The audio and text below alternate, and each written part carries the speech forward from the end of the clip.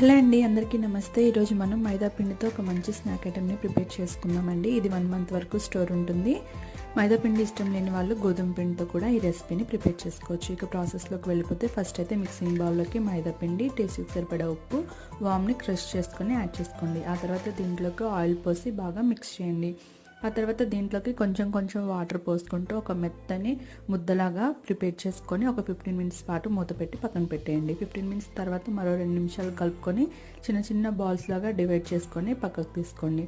Next మనం పూరీలాగా press చేసుకొని వీడియోలో చూపిస్తున్న విధంగా కట్ చేసుకోండి. నేనైతే రౌండ్ షేప్ కోసం ఒక పెద్ద మూతను తీసుకొని ప్రెస్ చేశానండి.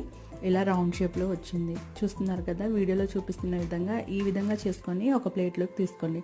నెక్స్ట్ కడాయిలోకి ఆయిల్ తీసుకొని ఆయిల్ మీడియం హీట్లో ఉన్నప్పుడే మనం చేసుకున్న పీసెస్ అన్ని యాడ్ చేసి మంచి గోల్డెన్ కలర్ వచ్చేంత వరకు ఫ్రై చేసుకుంటే రెడీ. వీడియో నచ్చితే తప్పకుండా మన ఛానల్ని సబ్స్క్రైబ్ చేసుకోండి.